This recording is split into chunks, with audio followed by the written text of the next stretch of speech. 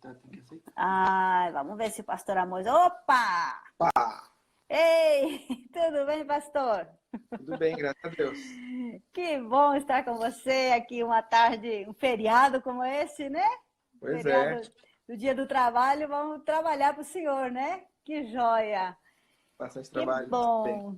Seja muito bem-vindo, pastor. Nós estamos nesse programa aqui, fazendo bate-papo com os nossos missionários ao redor do mundo. Hoje a PMT está em 42 países, temos mais de 230 missionários. Então, nós vamos conhecer um pouquinho mais dos projetos, um pouquinho mais da vida, da rotina dos nossos missionários. Seja muito bem-vindo à nossa segunda live. Estamos começando com esse projeto e é muito bom ter você aqui. Só queria saber se está todo mundo ouvindo aí. O Caleb, meu sobrinho, está aí assistindo também, seminarista, missionário, servo de Jesus. Gilberto, tem muita gente entrando. Sejam todos bem-vindos. E nós vamos conversar hoje com o pastor Amós Cavalcante, missionário no Chile desde 2015. Então, ele é casado com a Mariana, né? Mariana também, nós vamos ver ela daqui a pouco. Que bom que podemos conversar um pouquinho com ela. Ah, Mari já está aí do lado. Isso mesmo, que joia. Ô, pastor, fala um pouquinho mais do seu preparo e da sua vocação para ir para o Chile. então, a minha história com o Chile começou em 2008. Eu vim em 2008 para o Chile, na verdade eu vim transferido para a Igreja Presbiteriana do Chile, fiquei 3 anos como pastor da Igreja Presbiteriana do Chile, né, de 2008 a 2010. E eu vim com um projeto para auxiliar na revitalização de uma igreja aqui em Viña del Mar, a igreja de Viña del Mar. Eu fiquei nesse primeiro período, fiquei de 2008 a 2013 aqui no Chile.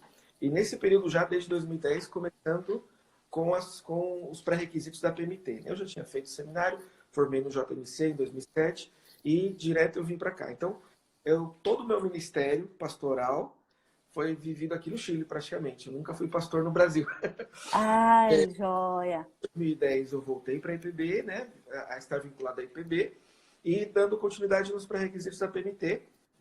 E em 2014, eu voltei para o Brasil para terminar os pré-requisitos, né? Foi quando nós casamos em 2014, eu terminei os pré-requisitos, a Marina terminou os pré-requisitos dela em 2015, e no final de 2015, nós iniciamos o nosso primeiro período como missionários da PMT no Chile, né? De dezembro de 2015 a dezembro de 2018.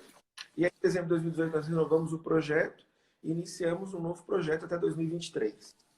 Ai, que legal. Então, agora já está sendo o terceiro período de vocês no Chile, né? Como a PMT é o segundo período, né? Sim, sim. A PMT é o segundo período. Você foi antes Eu tinha antes, eu já estava aqui quando eu Já comecei estava. a PMT. Muito joia. E as pessoas estão querendo saber quais são os desafios da missão no Chile? Por que a APMT está enviando missionários para o Chile? Sim, nós temos uma parceria com a Igreja Presbiteriana do Chile e o grande desafio aqui é na plantação e revitalização de igrejas. Certo. Eu vim para trabalhar com revitalização, primeiramente, porque naquela época a igreja aqui na região onde a gente está, na região de Valparaíso, ela era muito, muito pequena, né? A Igreja Presbiteriana do Chile, a igreja evangélica do Chile é pequena, né? E a Igreja Presbiteriana do Chile também é bastante pequena. Então, a igreja naquela época era muito precária, né? As igrejas na região tinham uma média de 20 pessoas, 30 pessoas. Então, era uma situação muito precária. A gente começou com um trabalho de revitalização e agora a gente está numa etapa onde a igreja está se dividindo entre revitalização e plantação. Então, o nosso grande desafio é realmente plantar novas igrejas, formação de novos pastores, né, e auxílio daqueles campos mais precários, porque tem algumas igrejas muito, muito precárias, com 5, 10, 15 membros, que precisam de um apoio pastoral, precisa de um apoio, um projeto ministerial mais contundente. Esse é o desafio grande nosso. Certo. E fala um pouquinho agora do seu projeto, como é que vocês começaram a desenvolver esse projeto, que vocês têm um projeto que vocês apresentaram para a PMT, e esse projeto foi aprovado com apoio, parceria de igrejas, de irmãos. Como é que está indo esse projeto? Em que consiste? Para que as pessoas possam conhecer um pouquinho. Tá certo. O nosso projeto, ele chama Conosur, mas basicamente se resume à plantação da Igreja Pródigo, né?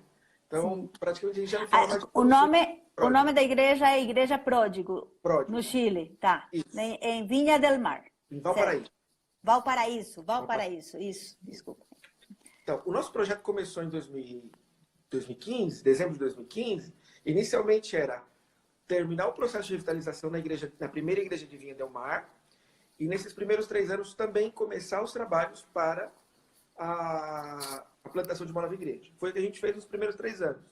Tanto que eu saí da primeira igreja de Vinha del Mar e a gente fechou esse ciclo, porque quando eu fui em 2008, a igreja não tinha condições de sustentar um pastor de tempo integral. Agora, quando eu saí, a igreja pôde ter condições de ter um pastor de tempo integral totalmente financiado, igreja local. E essa igreja, de pastor chileno, né, formada aqui no Chile, e essa igreja é parceira nossa também na plantação de uma nova igreja em Valparaíso. Essa igreja, ela está sendo plantada num bairro onde, na década de 30 do século passado, começou uma igreja aí. Era para ser a segunda igreja presbiteriana de Valparaíso. Começou no final da década de 20, início da década de 30 do século passado. Formou-se um grupo, teve pastores, inclusive um pastor brasileiro, Neftali Vieira, parece que era o nome, pastor ali nas décadas de 40, 50. E essa igreja, ela morreu no final da década de 60. Aí o templo era um templo que ele está excelentemente localizado, assim, a passos 2 segundos de metrô, numa esquina principal. É uma localização que não tem como melhorar. Mas o templo ficou vazio, a igreja Presbiteriana do Chile emprestava esse templo para outras denominações, e desde a década de 90 o templo estava literalmente sem uso, né? Certo. A igreja Presbiteriana do Chile tem muito carinho por esse trabalho, porque muitos irmãos de muitas décadas sonharam com essa igreja. E ela nunca organizou e morreu. Então, a gente recebeu esse templo que estava vazio e a gente está plantando uma igreja nesse bairro. O bairro mudou, então a gente fez um outro projeto de acordo com a nova realidade sociodemográfica do bairro. Então, nós estamos plantando a segunda igreja presbiteriana de Valparaíso, né? Certo. E qual está sendo o avanço desse projeto? Vocês estão conseguindo? Está tendo pessoas que estão se convertendo, fazendo discipulado? Como está sendo o trabalho aí nessa segunda igreja, Igreja Pródigo? O trabalho começou uma colaboração entre a primeira igreja de Vinha del Mar e a igreja de Valparaíso. Certo. Então, eu era, naquela época, pastor auxiliar na primeira de Vinha del Mar e com alguns irmãos da igreja, na realidade 2 irmãos mais da igreja, né, Mariana e um outro seminarista, mais alguns irmãos de Valparaíso. Então, as 2 igrejas se uniram para plantar essa igreja. Então, a gente começou. A gente ficou todo ano... Começou praticamente do zero mesmo, né? Aí nem era gente, um grupo de Vinha e um grupo de Valparaíso. Certo. Isso foi no ano de 2017. A gente passou todo o ano de 2017 só se reunindo com esse grupo base. Éramos 11 pessoas em 2017. Só que durante o ano, como a gente não tinha começado os cultos, era só essa reunião entre a gente, o pessoal foi ficando meio que cansado, né? De ficar só entre nós. E quando começou o ano 2018, o pessoal estava meio caído, assim. De 11 para 8 pessoas. As pessoas que realmente iam ficar com a gente. Então a gente começou no dia 25 de março de 2018. A gente fez o primeiro culto público. Éramos nós 18 e tínhamos mais 3 visitas. Das 3 visitas, as 3 estão até hoje. 2 foram recebidos membros da nossa igreja e uma outra vai ser recebida talvez no próximo ano. Então, a gente começou essas 11 pessoas, o grupo foi crescendo, pouco a pouco, todo o ano de 2018, o ano de 2019. Hoje a gente tem um grupo mais ou menos de 35 pessoas, que é o grupo que frequenta regularmente. Tem 35? 35 pessoas, 40 já estão reunindo nessa igreja? 35 pessoas é o grupo total que a gente tem em lista, né? Para dizer de uma maneira. Né? Sim. Na assistência, sim, frequente, a média de assistência está acima de 25 pessoas. Né? E a gente, como tem programações em outros horários, algumas pessoas vão só em algumas programações. Né? Pessoas que a gente não... São pessoas que não estão participando ativamente da igreja, mas são pessoas que a gente está evangelizando. Certo. Então, pessoas que a gente tem grupos de discipulado, pessoas que estão se aproximando de uma outra maneira. né? Joia. Isso tem sido Joia.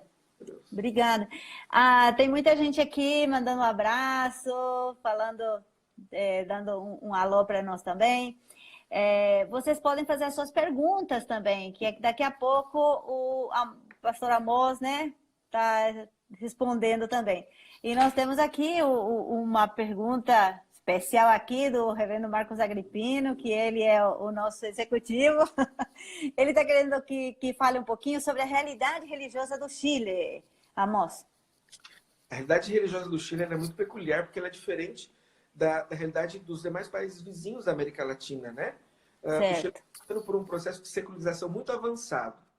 Sim. Então, de 2004 para 2018, o Chile passou de 4% de ateus agnósticos para 24% de ateus agnósticos. Existe, de fato, no Chile, mais pessoas que se declaram irreligiosas, ateus agnósticos, que evangélicos. Sim. E isso é refletido nas estruturas da comunicação, nas estruturas políticas, sociais. Então, a realidade é uma realidade de um secularismo bastante avançado.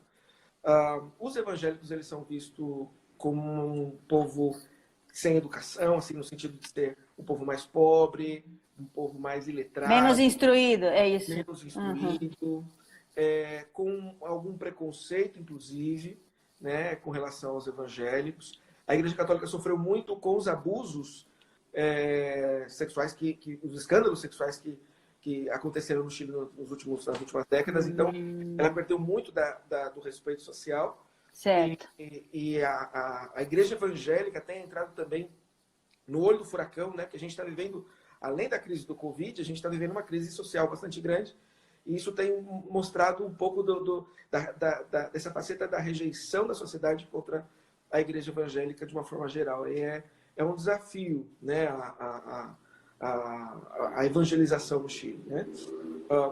Somado a isso, tem o perfil do próprio chileno.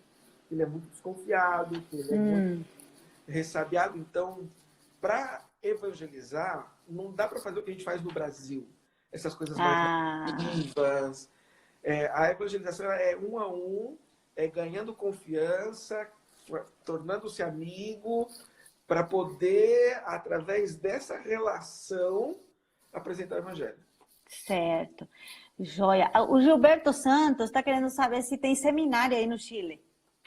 Tem. A Igreja Presbiteriana do Chile tem um seminário. A Igreja Presbiteriana do Chile ela ficou muitos anos, quase mais de um século, sem seminário.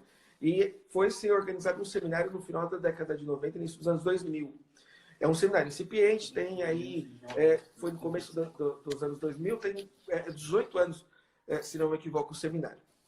É um seminário novo e eu sou um dos professores, nós colaboramos, os professores com formação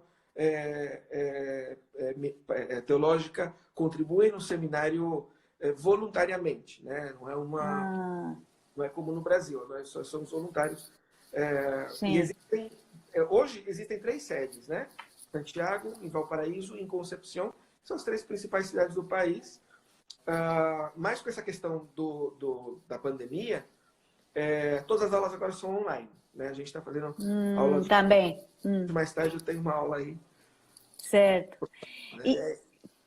Que joia. E como é o trabalho com crianças, com jovens, com mulheres? Não sei se você fala um pouquinho, depois vamos conhecer um pouquinho, ouvir também um pouquinho a Mariana, que está aí do seu lado. Gostaríamos de ouvir ela também. Sim, as nossas igrejas é muito parecido, né? A Igreja Presbiteriana do Chile não tem o que é chamado no Brasil de sociedade interna. São departamentos. Sim, né? certo. Funciona um pouco diferente, mas é basicamente a mesma coisa.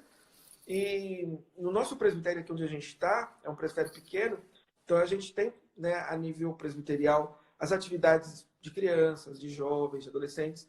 Eu sou conselheiro do Departamento Presbiterial de Jovens, o que seria a Federação de Jovens aqui do presbitério.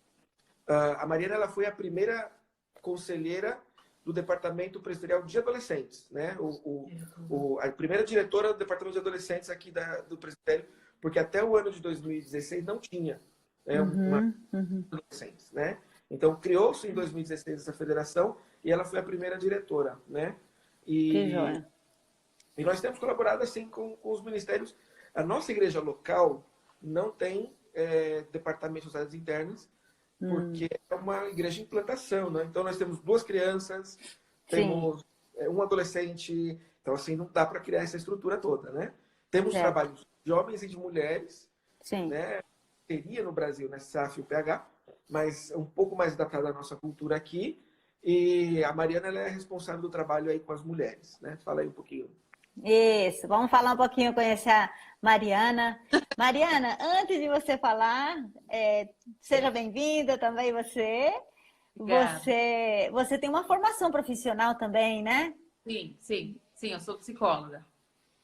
E essa formação tua, você está conseguindo é, colocar alguma coisa no ministério, aproveitando essa formação tua? Como é que você está encarando isso?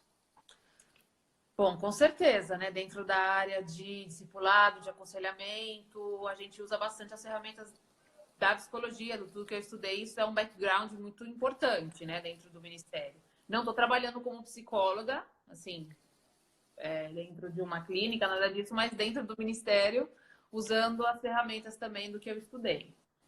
E também teve um período que eu dei aula no seminário, né? No seminário de a matéria de introdução à psicologia. Também, em alguns semestres, também tive a oportunidade de dar essa matéria lá. Você achou importante você ir para um campo tendo uma formação profissional?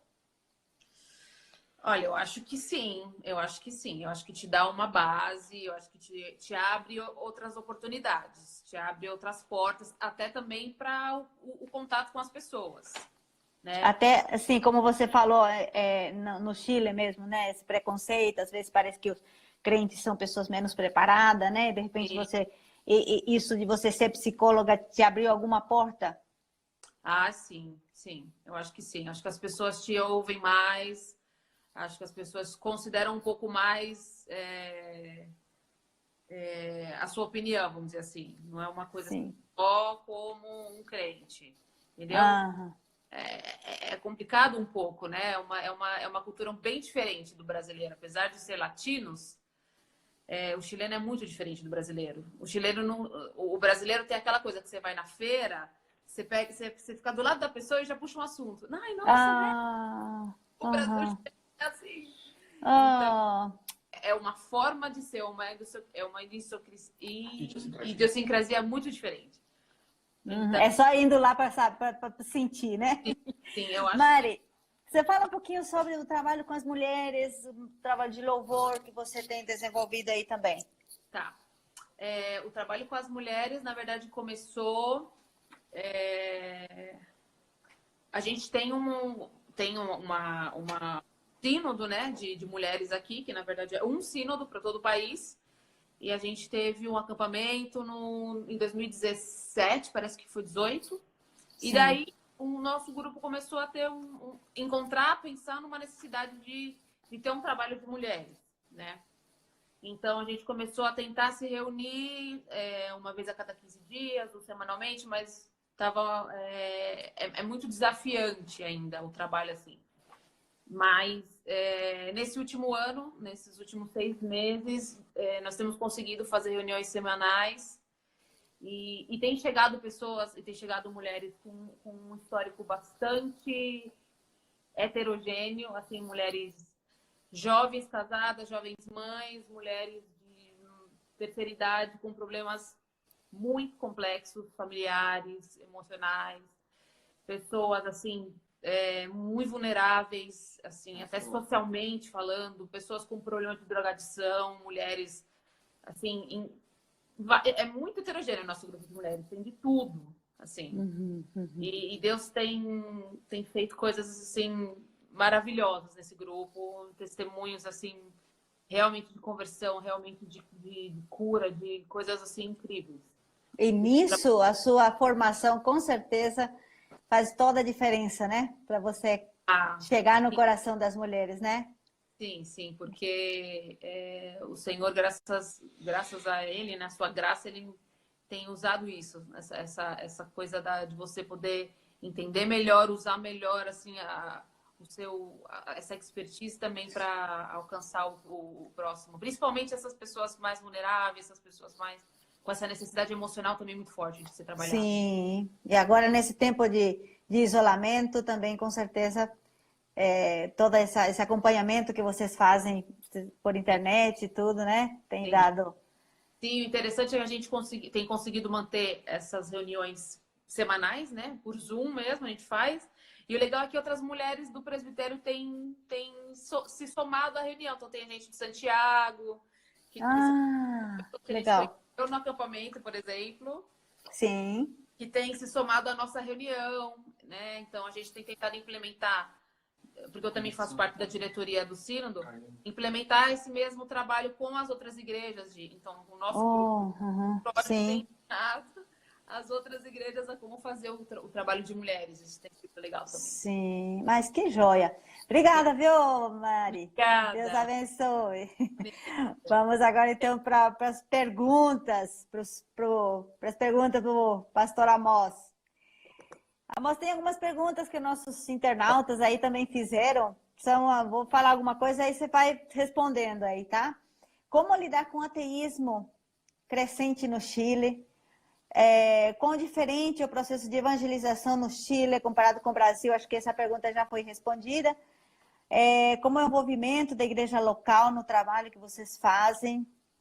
E existe uma rede de apoio de cristãos para o trabalho desenvolvido no Chile? Sim, a primeira pergunta, né? Como lidar com o ateísmo que é crescente no Chile, né? É difícil da gente pensar que as pessoas não são só ateus no sentido clássico da ideia, filosoficamente assim. Normalmente o que a gente vê são pessoas que têm um histórico religioso, porque essa mudança é muito recente. Então as pessoas elas são criadas num lar minimamente religioso. Então, assim, as pessoas não são de tudo irreligiosas. E, de fato, o Chile tem muitos desastres naturais, vamos dizer assim, né? Então, quando tem a gente percebe, ou quando tem alguma crise, a gente percebe que muitas pessoas acudem à igreja, né? Então, tem assim como um mini despertar, assim, porque tem uma tradição histórica mais religiosa, só que tem agora um movimento recente que é mais irreligioso do que ateu, né? Sim. Ele é mais assim, não sou nada, não creio em nada, não penso nisso. Né? Então, uma das coisas que a gente tem feito na nossa igreja é criar um espaço intermediário onde a igreja pode se conectar com essas pessoas. Então, a gente faz eventos, a gente convida pessoas para participarem desses eventos, e nesses eventos a gente gera um espaço de conversa. São eventos culturais, então a pessoa vai, a pessoa participa, canta músicas que ela conhece e tal, e a gente gera ali um link com essas pessoas. Então, a ideia nossa é gerar uma amizade. Sim. E dar para a pessoa a oportunidade dela poder falar da opinião dela, poder ser escutada. E a gente escuta, e com isso, a gente ganha a oportunidade também de falar. A gente ganha amizade. Então, essa é a nossa estratégia, isso que a gente tem feito. É um projeto chamado Living Aberto. Living, de sala de estar, né? Sim. Living Aberto, né? Que é uma sala de estar. Legal. O nome seria isso, uma sala de estar, né? Joia. Tem o Fábio também, missionário, ele é líder da base indígena. Ele está fazendo uma pergunta também. Vocês precisam de mais gente para a equipe? E qual o perfil do missionário para trabalhar com vocês? Aí é fácil. Beijo. Que bom. Aí já recebeu, né, Fábio? O nosso desafio é que a gente tem uma equipe que está, graças a Deus, está funcionando. Deus tem abençoado a nossa equipe de uma maneira espetacular, com recursos humanos que a gente não esperava, vindo aqui mesmo do Chile.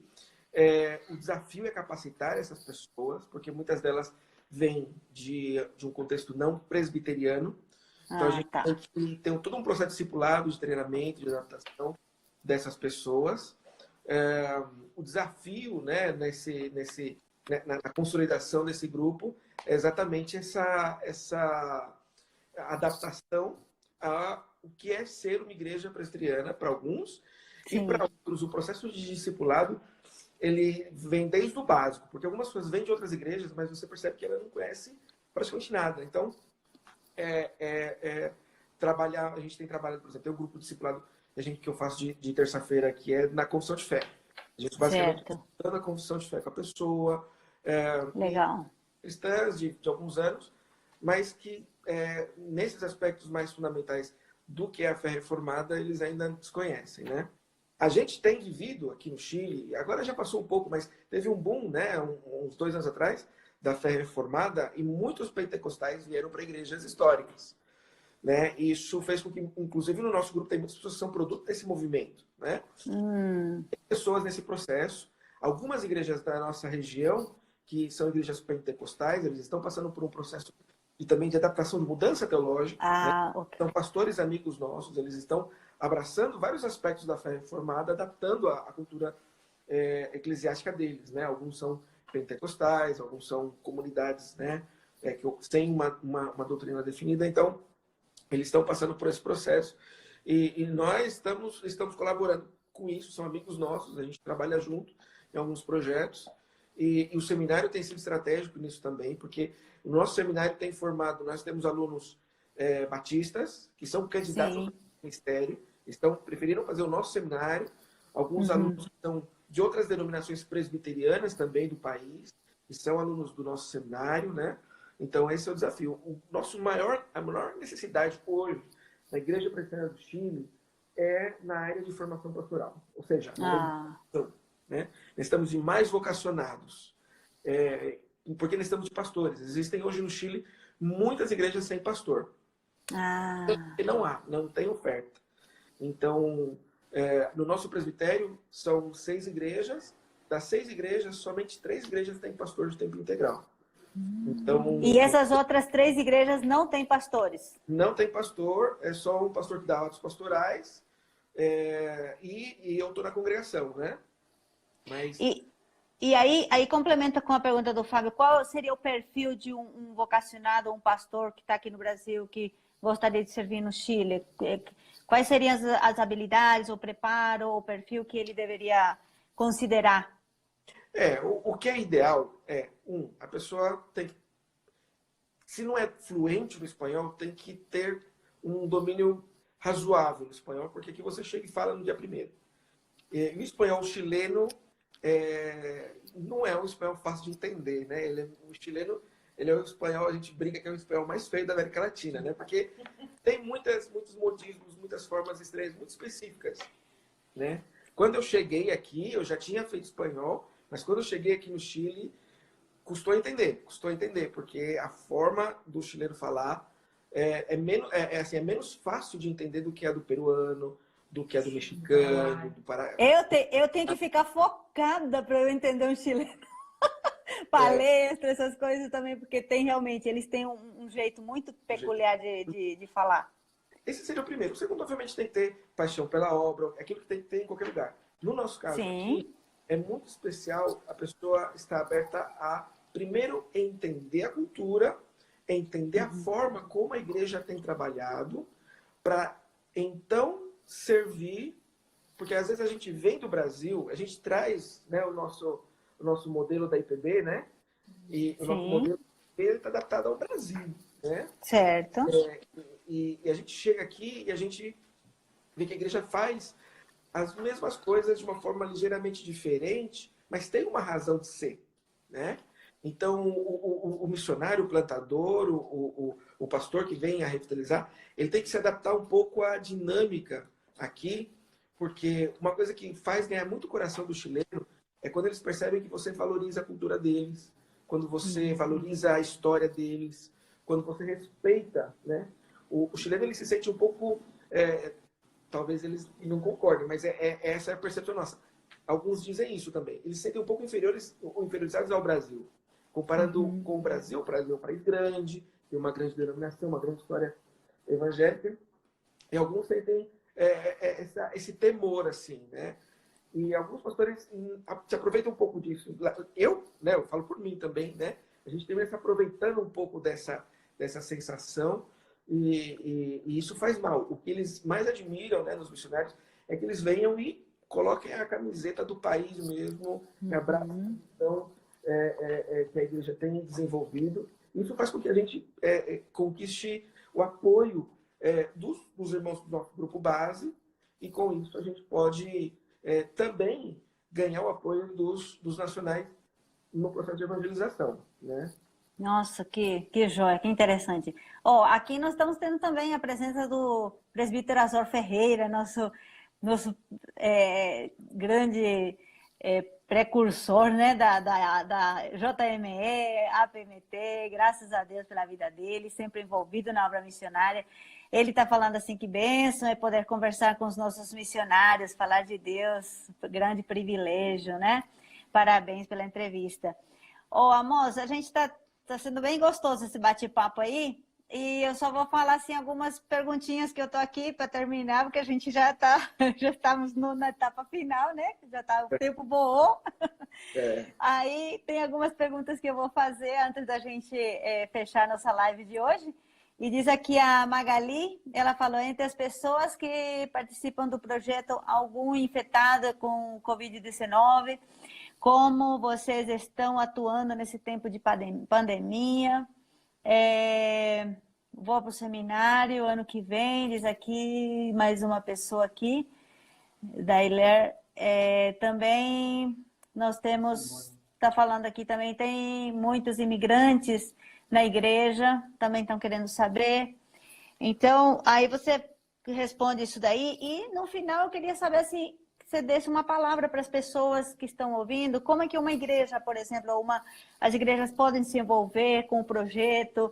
Teve outras perguntas também, perguntando do custo de vida aí. Você fala um pouquinho dessa área e como que a igreja pode se envolver, ser parceiro de vocês. Depois vamos no final deixar o contato. Foram várias perguntas, não sei se você lembra. Muita coisa, mas... Bom, primeiramente, como é que uma igreja se envolve aqui, né, no nosso trabalho? O nosso desafio hoje, como igreja pródigo, tirando um pouco a visão dessa questão do coronavírus, que estamos todos em casa, nós estamos no desafio de, primeiro, reformar o templo. A gente está nesse processo. Nós pegamos um templo muito destruído, historicamente destruído, eram 40 anos sem uso. Então, nós começamos em 2017 esse processo, durou aí, ainda está durando. A gente trocou todo o teto. Falta agora rebocar todas as paredes, né? Porque é um templo antigo feito de barro. Então, a gente tem que refazer praticamente todo o forro das paredes. Graças a Deus, a gente terminou no ano passado o teto, o forro do teto, a iluminação e os balcões. Então, foi uma bênção poder avançar nisso. Nosso desafio agora é continuar no término dessa reforma, né? Essa é uma das formas mais diretas com que as igrejas no Brasil podem ajudar o nosso trabalho, né? A gente tem que fazer agora toda a parte externa, né? Nesse aspecto, vocês estão precisando de parceiros financeiros para continuar o projeto, a reforma do templo. Reforma, né? Especificamente a reforma é uma forma bastante direta, concreta, com que as igrejas podem ajudar. Alguns parceiros nossos têm colaborado especificamente também com isso, além do sustento mensal, né? Então, por exemplo, a porta, a gente tem que refazer a porta, porque a gente foi assaltado várias vezes. Esse é um problema aqui no Chile. E a gente tem que refazer a porta. E um parceiro nosso ajudou a comprar o material da porta, a comprar a questão da segurança das câmeras e tal. Então, alguns parceiros têm colaborado nisso, né?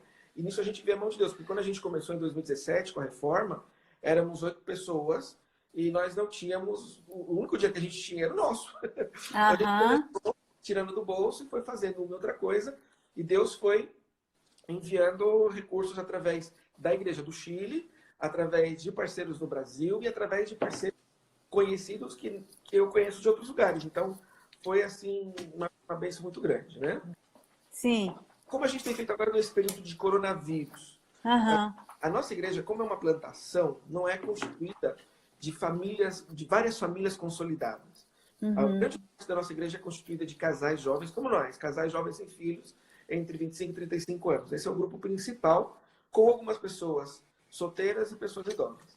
Sim. Então, fazer um estilo culto familiar era mais difícil para algumas pessoas.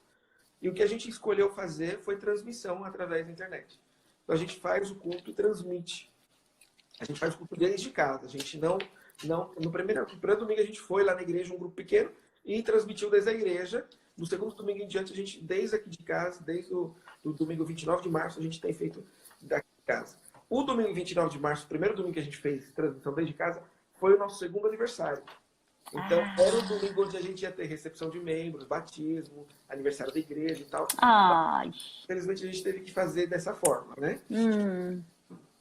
E a gente tem feito assim, todos os domingos, às 11h10, a gente começa com uma prévia ali, com alguns vídeos. Às 11h10, às 11h20, tem o momento das crianças, né? Que a gente faz ali alguns vídeos com a história bíblica para as crianças. E às 11h30 da manhã, nós temos o nosso culto. Esse domingo agora, a gente vai estrear um momento depois do culto, com o Zoom, depois da transmissão, onde a gente vai se encontrar para orar uns para os outros, para ver, né, na cara um do outro, e poder compartilhar. Isso que a gente tem feito. Tem custado muito, tem sido muito difícil poder vencer essa questão da tecnologia, adaptação. A gente teve que comprar vários equipamentos para poder fazer o negócio andar, aprender novas tecnologias. Foi parto, mas foi uma bênção. Legal. Estão perguntando aqui, por que o nome da Igreja Pródigo?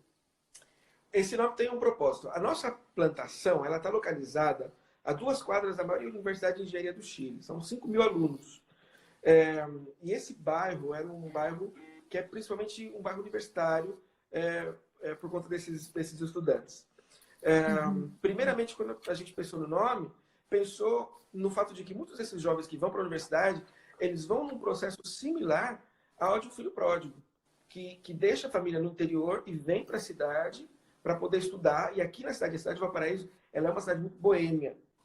Muitos jovens que vão para Valparaíso, eles descobrem um novo mundo, um mundo mais de boemia, um mundo mais balada e tal, e acabam se perdendo, né? Sim. Então, tem um pouco disso.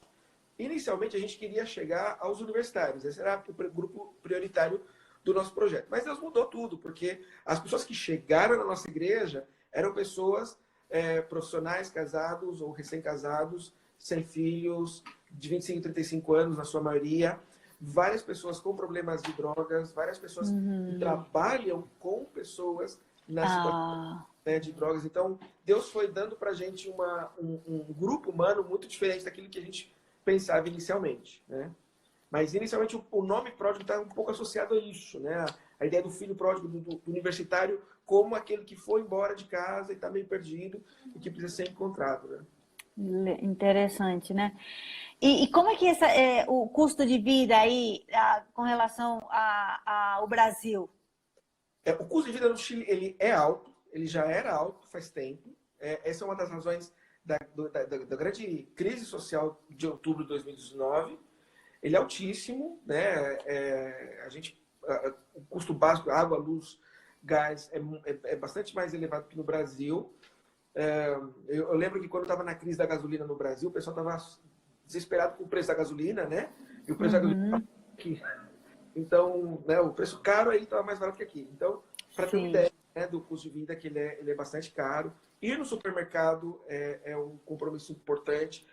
Comer fora tem que parcelar 3 vezes o cartão, porque é uma compra, né? Sim. E o que a gente está vivendo agora, especificamente nessa época do coronavírus, é a maior crise para os brasileiros no Chile, porque nunca a moeda esteve tão baixa. Por Isso exemplo, que eu queria que falasse um pouquinho mais. em 2009, R$1 valia 300 pesos. Hoje, R$1 vale 150. Então, Metade. em 10 anos, vale metade, né? Já vinha mal nos últimos anos, né? 2018, 2017. Quando a gente chegou em 2016, estava muito ruim, deu uma melhorada, mas agora com essa questão do coronavírus, aí é para terminar de matar. É, de fato, o valor mais baixo em mais de 10 anos. Né? Pelo menos nos 10 anos que eu estou aqui, né? Nos 12 anos que eu estou aqui, nunca foi tão baixo. Então, esse para a gente tem sido um grande desafio, porque ao mesmo tempo que a moeda desvaloriza, o preço das coisas aqui sobe, né? Sim. Então, é um grande desafio. Certo. Rapidinho? Pode falar. Rapidinho. Não, eu só queria ressaltar que, apesar disso, Deus tem sido muito fiel conosco, obviamente, porque nunca tem faltado nada, nossos parceiros são muito fiéis. Glória a Deus. Nós não perdemos parceiros por causa dessa crise. Então, só ressaltar que o Senhor sustenta. Mesmo na crise, mesmo no problema, mesmo no corona, de onde seja, Deus tem sustentado. Então, não sei, para o nosso irmão que está aí, nosso amigo que está pensando, ai meu Deus, mas como que vai ser quando eu for missionário, se eu for missionário, como é que vai ser? Não vou ter dinheiro, vou ter... O Senhor sustenta, tá? Só tá bom? Que bom saber isso, né? Porque muitas vezes, realmente, esse é um lado que as pessoas que têm interesse, que desejam, que têm essa vocação, têm muito receio nesse lado financeiro, né? Teve algumas perguntas também, né? Que se o projeto fica mais alto quando você está indo para um projeto de plantação de igrejas do que para um pastorado, para assumir um pastorado. Porque quando você vai para a plantação de igreja, existe uma série de custos que você tem que arcar. Por exemplo, quando a gente começou, graças ao apoio que a gente tinha na época, que a gente ainda tem, né, dos nossos parceiros, com esse apoio que a gente tinha dos nossos parceiros, a gente pôde comprar cadeira, mesa, são coisas que é o mínimo para você começar, né? Certo. A Igreja do Chile, ela tem um recurso muito limitado, né? É uma igreja que não tem condições de financiar esse projeto. Então, com o apoio dos nossos parceiros, das igrejas do Brasil, a gente conseguiu comprar os implementos necessários. Quando você vai para um projeto para ser um revitalizador ou uma coisa assim, você já tem uma estrutura, né? Agora, para plantar, você tem que investir na estrutura. Levantar o recurso também igual vocês estão reformando, vocês estão investindo nessa reforma de igreja e tudo, né? A gente não paga aluguel, mas em compensação tem que investir na estrutura, né? Até para poder, por exemplo, o nosso desafio a gente tem um templo que cabe no máximo 50 pessoas. Então, um grupo de 30. Então, você imagina que em pouco tempo já não vai caber mais o grupo que tem outro. Então, a gente fez a reforma e a gente ampliou o teto para fazer uma nave do templo maior. Só que a gente tem o desafio de ter que derrubar uma das paredes. Só que uma das paredes vai ter que ver como que derruba essa parede. Porque é uma parede que tem um grossor bastante importante, muito antigo. Então a gente nem sabe como é que vai fazer isso aí. Só Deus sabe. Mas é o desafio. Então a gente já lançou o teto grande, pensando que a igreja precisa crescer, né? E se Deus quiser, Deus, da mesma maneira que Ele nos sustentou até agora, vai sustentar também. Que bom. Glória a Deus. Que bom quando a gente tem essa convicção, né? Que é Deus que está mandando, a gente também sabe que o Senhor vai prover, como a Mari ressaltou e destacou, muito importante. Alguns pedidos de oração que você tenha, pastor? Sim. Primeiramente pelo Chile, porque o Chile já vem de um processo muito complicado desde outubro, uma crise social bastante grande, bastante violenta. A gente esperava que em março agora essa crise fosse voltar, fosse reacender, mas aí veio o coronavírus e ficou outra crise, né? Sim. Então a gente vê uma crise dentro da crise. Sim. E tem afetado muito a economia das pessoas da nossa cidade, das nossas igrejas. E esse é um grande desafio. Esse é o primeiro motivo de oração. O segundo motivo que eu queria pedir é por um grupo de pessoas que nós estamos evangelizando.